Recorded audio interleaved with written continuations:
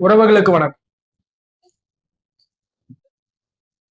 தமிழக முதலமைச்சர் ஜோசப் விஜய் அவர்கள் கரூர்ல சொல்லியிருந்தாரு, தமிழ்நாட்டுல யாராவது உங்ககிட்ட லஞ்சம் வாங்கினா இது முதல்வர் ஜோசப் விஜயோட ஆட்சி, உங்க அண்ணனோட ஆட்சி, உங்க தம்பியோட ஆட்சி, உங்க மகனோட ஆட்சி, உங்க சகோதரரோட ஆட்சின்னு எப்படி வேணாலும் சொல்லுங்க, லஞ்சம் கொடுக்க மாட்டேன்னு சொல்லுங்க அப்படின்னு சொல்லிட்டு இதை தொடர்ந்து ஒரு காணொளி வரும் பாருங்க.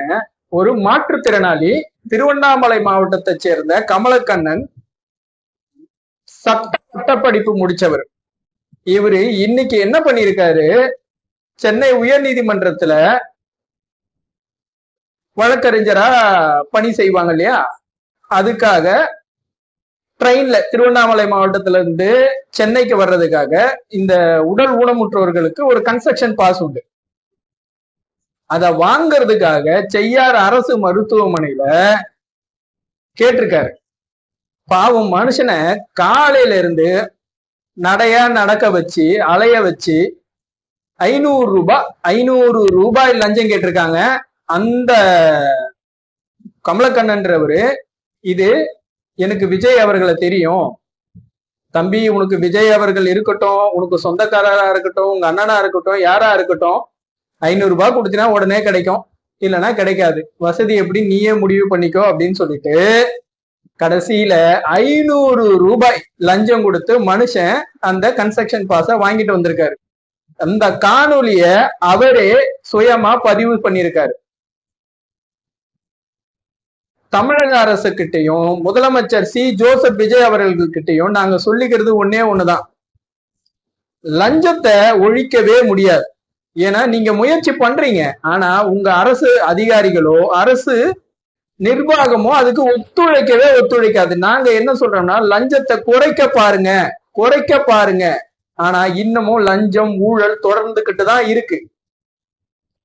அப்படி இருக்கு. இப்ப ஏன் இந்த காணொலியை பதிவு பண்றோம் அப்படின்னு கேட்டீங்கன்னா, தமிழக வெற்றி கழகத்தோட உண்மையான விசுவாசிகள், தொண்டர்கள், நிர்வாகிகள்லாம் நாங்க இது போன்ற தவறுகள்லாம் நடக்குது, அந்த தவறுகளை முதல்வர் அவர்களோட பார்வைக்கு நீங்களாச்சு கொண்டு போங்க, இதை தடுக்க பாருங்க. எங்களோட முயற்சி, பத்திரிகையாளர்களோட முயற்சி எல்லாமே தவறுகளை நாங்க அரசாங்கத்துக்கு சுட்டி காட்டுறது மட்டும்தான் எங்களோட வேலை.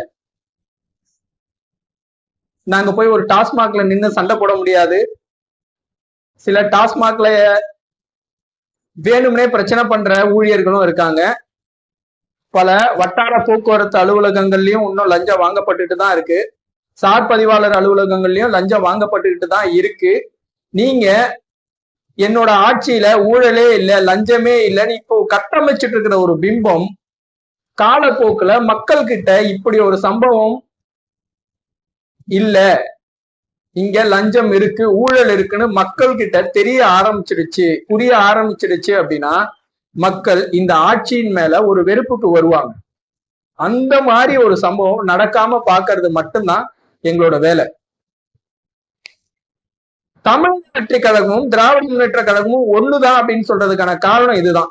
திராவிட முன்னேற்ற கழக ஆட்சியிலும் தவறுகள் நடந்திருக்கு, அதை சுட்டி காட்டினா அவங்க அதை ஏத்துக்கவே மாட்டாங்க. தற்போது தமிழக வெற்றி கழகமும் அதுதான் பண்ணிட்டு இருக்கீங்க. இது உங்களுக்கான பின்விளைவுகளை தான் ஏற்படுத்தும். தயவு செய்து இதற்கான நடவடிக்கைகளை மேற்கொள்ளுங்க. அந்த நபர் கமலக்கண்ணன்ற நபரோட சுய காணொளி பதிவு இதை தொடர்ந்து வரும், பாருங்க.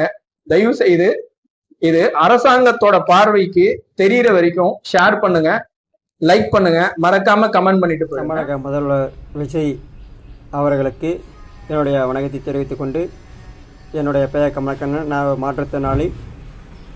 சட்ட படிப்பை முடித்துவிட்டு சென்னை உயர்நீதிமன்றத்திற்கு வழக்கறிஞர் பணிக்காக செல்வதற்காக ரயில் கன்ஸ்ட்ரக்ஷன் பாஸ் வாங்குவதற்காக இன்று திருவண்ணாமலை மாவட்டம் செய்யார் தலைமை அரசு மருத்துவமனைக்கு சென்று அந்த படிவத்திலே கையொப்பம் வாங்குவதற்காக சென்றிருந்தேன். காலை 10 மணிக்கு சென்ற நான் இங்கு அங்கமாக அழைக்கப்பட்டு கடைசியாக லஞ்சம் வாங்கி கொண்டு மட்டுமே அந்த சான்றிதழ் வழங்கினார்கள். அந்த சான்றிதழ் வழங்குவதற்கு ரூபாய் 500 ரூபாய் லஞ்சமாக பெற்றுக்கொண்டு பிறகுதான் கொடுத்தார்கள்.